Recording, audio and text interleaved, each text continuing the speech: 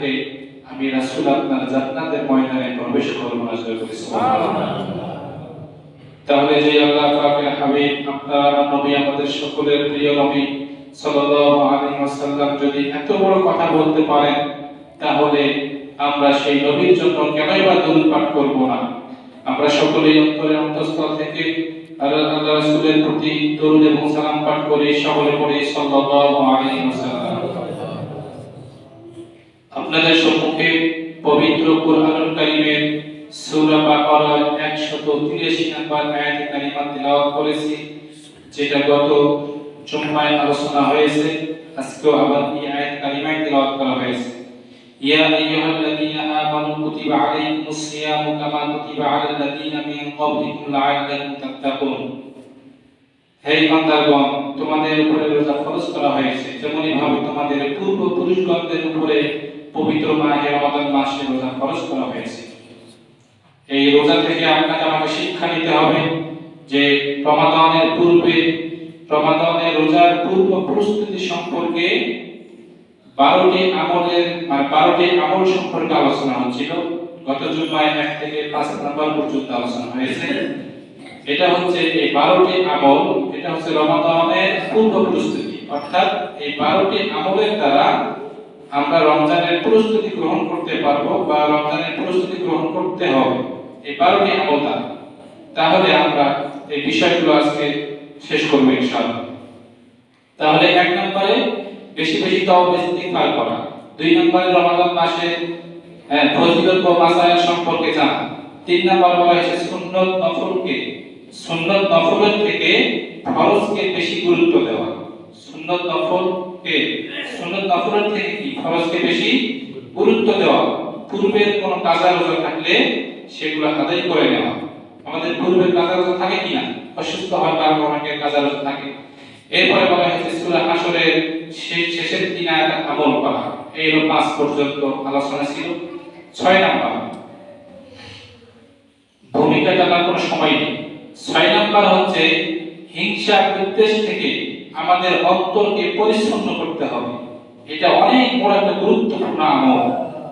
আমাদের অন্তরকে যদি হিংসা থেকে, গীবত থেকে, ঝগড়া থেকে, বেফাস কথাবার্তা থেকে যদি পরিচ্ছন্ন করতে না পারি, যদি দূরে রাখতে না পারি, তাহলে আপনার আমার রোজা কবুল হবে না।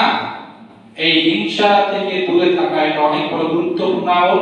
কেননা আপনার আমার সঙ্গে কখনো হিংসা করে যতটুকু দুনিয়ার জমিনে ফলাফল পাবো কিংবা সাময়িক সময়ের জন্য হিংসা করার কারণে যে আপনি লাভবান হতে পারবো, হিংসা করার কারণে আপনি ওনার থেকে ভালো চলতে পারবেন, এটা যদি আশা করেন তাহলে এটা ভুল ভাবছেন, ভুল আশা করছেন, ভুল আশাবাদী আপনি আছেন। সুতরাং আপনার আমার সঙ্গে হিংসার কোনো বিষয়বস্তু আপনার আমার সঙ্গে কবরে যাবে না। আপনার আমার সঙ্গে যাবে একমাত্র আমল। আল্লাহ রাসূল সাল্লাল্লাহু আলাইহি ওয়াসাল্লাম বলেন, একটা মানুষ যখন মৃত্যুবরণ করে ওই মানুষটার সঙ্গে 3টা জিনিস কবর পর্যন্ত যায়। এই 3টার মধ্যে কিন্তু এই হিংসার কথা বলা হয়, ভালো করে বুঝবেন।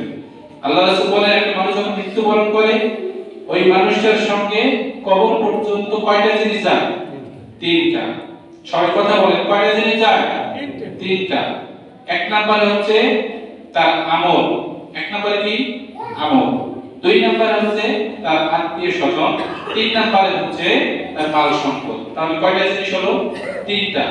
কবর থেকে ওই ব্যক্তিকে দাফন কাফন সম্পূর্ণ করার পরে আমরা ওখান থেকে যখন ফিরে আসি তখন 2টা জিনিস ফিরে আসে। কয়টা জিনিস? 2টা জিনিস ফিরে আসে। সেটা হলো 1 নম্বরে তার ধন সম্পদ, 2 নম্বর তার আত্মীয় স্বজন। তাহলে আমরা এতটুকু হাদিস অনুযায়ী রাসূল সাল্লাল্লাহু আলাইহি ওয়াসাল্লামের হাদিস অনুযায়ী আমরা কি বুঝতে পারলাম? কবরের মধ্যে 3টা জিনিস চলে যায়। 1 নম্বরে আমল, 2 নম্বরে আত্মীয় স্বজন, 3 নম্বরে তার মাল সম্পদ। আর ওখান থেকে যখন তার আত্মীয় স্বজনরা চলে আসে, আমরা যখন চলে আসি তখন 2টা জিনিস ফিরে আসে, মাল সম্পদ এবং তার আত্মীয় স্বজন। তাহলে কবরে কি থাকলো বলেন? আমল থাকলো। কি থাকলো? আমল থাকলো। অথচ আমাদের আমলের বিষয়ে দুর্বলতা, 100% দুর্বলতা। আপনি আমি যে আমল করতেছি এই আমলের বিষয়ে 100% দুর্বলতা। অথচ আপনার আমার সঙ্গে যে আমলটাই অন্ধকার কবরের সঙ্গী হবে, এই আমল সম্পর্কে আমাদের কোনো চাহিদা নাই। তাহলে হিংসা থেকে আপনাকে আমাকে দূরে থাকতে হবে। কোন হিংসা আপনার আমার সঙ্গে কবরে যাবে না। এরপরে বলা হয়েছে গত রমজান মাসের ভুলগুলোকে চিহ্নিত করা। গত রমজান মাসের ভুলগুলো কি করা? চিহ্নিত করা। এটা অনেক বড় একটা গুরুত্বপূর্ণ আমল। আপনি গত রমজান মাসে কেন রোজা রাখতে পারেননি, আপনাকে এই শাবান মাসের মধ্যে সেটা প্রস্তুতি গ্রহণ করতে হবে।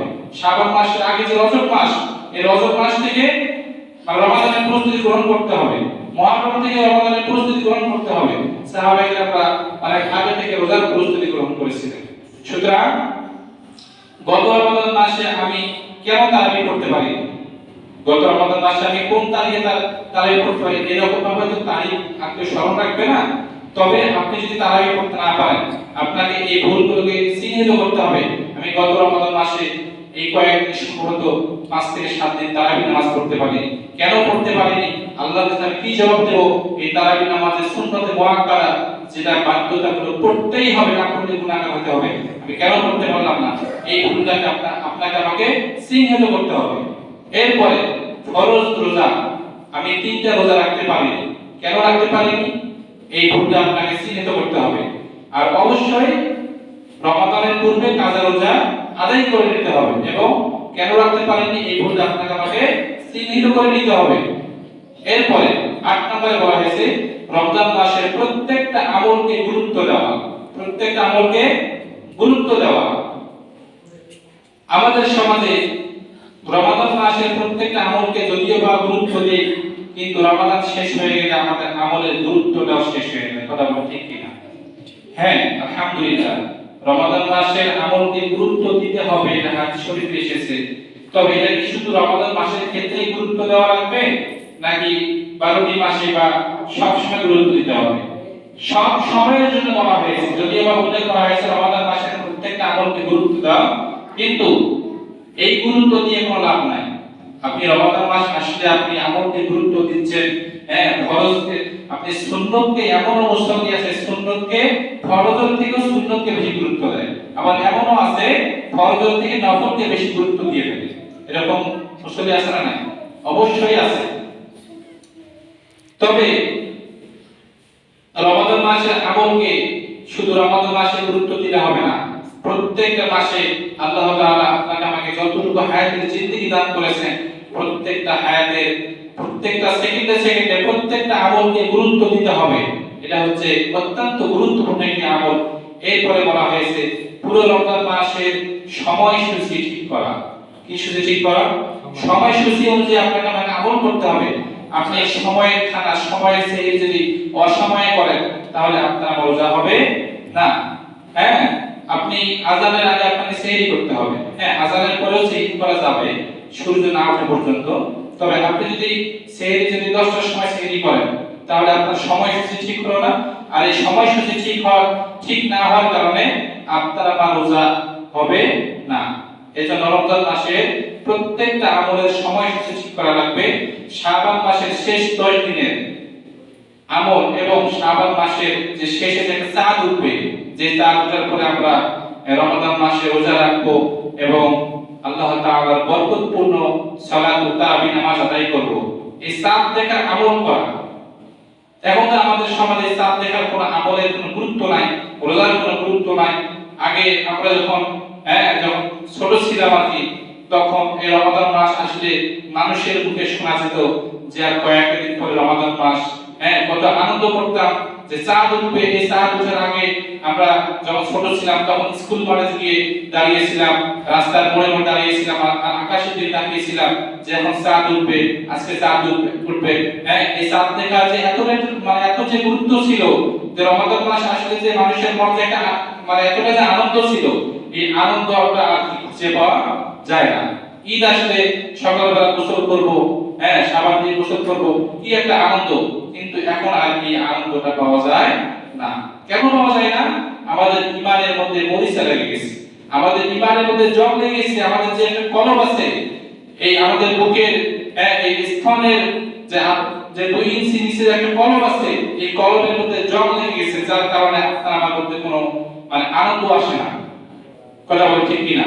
এই যে রমাদান মাস আসতেছে, হ্যাঁ, দুই একজনের মুখে শোনা যাচ্ছে আর কারো মুখে শোনা যাচ্ছে, অথচ এটা এতটাই যে গুরুত্বপূর্ণ একটা মাস।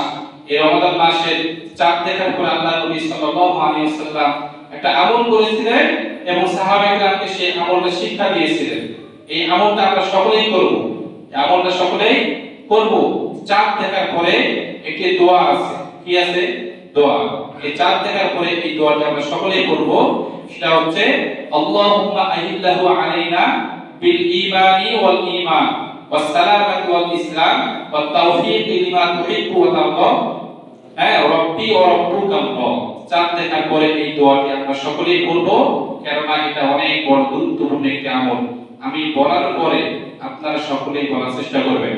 পড়ি আল্লাহুম্মা, একটু জবান খুলে এই দোয়াটা আমরা কখন পড়ব বললাম?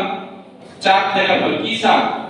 এই শাবানের শেষ চাঁদ উঠবে, যে চাঁদ দেখার পর আমরা রোজা রাখবো, তারাবি নামাজ পড়বো, এই চাঁদ দেখার পরে এই আমলটা করব, অর্থাৎ এই দোয়াটা করব। পড়ি আল্লাহুম্মা আহিল্লাহু আলাইনা বিল ইয়ুমনি ওয়াল ঈমান ওয়াস সালামাতি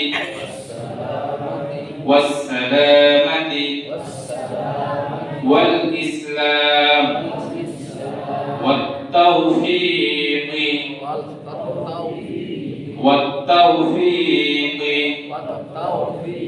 লিমা তুহিব্বু ওয়া তারদা রব্বি ওয়া রব্বুকাল্লাহ। এটা হচ্ছে চাঁদ দেখার দোয়া, নতুন চাঁদ দেখার দোয়া। কি চাঁদ দেখার দোয়া? নতুন চাঁদ। আমরা যখন এই শাবানের শেষে যখন নতুন চাঁদ দেখব, তখন প্রত্যেকে এই আমলটা করব। 11 নম্বরে বলা হয়েছে জাহান্নাম থেকে আল্লাহ তাআলার কাছে মুক্তি চাওয়া। 11 নম্বর আমল। দেখুন, জাহান্নাম থেকে যে মুক্তি চাবো, আল্লাহ তাআলা এটাও আমলের মধ্যে বর্ণনা করে দিয়েছে। জোরে বলি সুবহানাল্লাহ। জাহান্নাম থেকে মুক্তি চাবো, কারণ আল্লাহ রাসূল সাল্লাল্লাহু আলাইহি ওয়াসাল্লাম এবং ওনার বিশিষ্ট সাহাবীরা হযরত ওমর ফারুক, হযরত আলী রাদিয়াল্লাহু তাআলা জাহান্নাম থেকে মুক্তি চেয়েছেন, অথচ যারা এই দুনিয়ার জমিনে জান্নাতের টিকিট হাতে পেয়েছেন। জোরে বলি সুবহানাল্লাহ।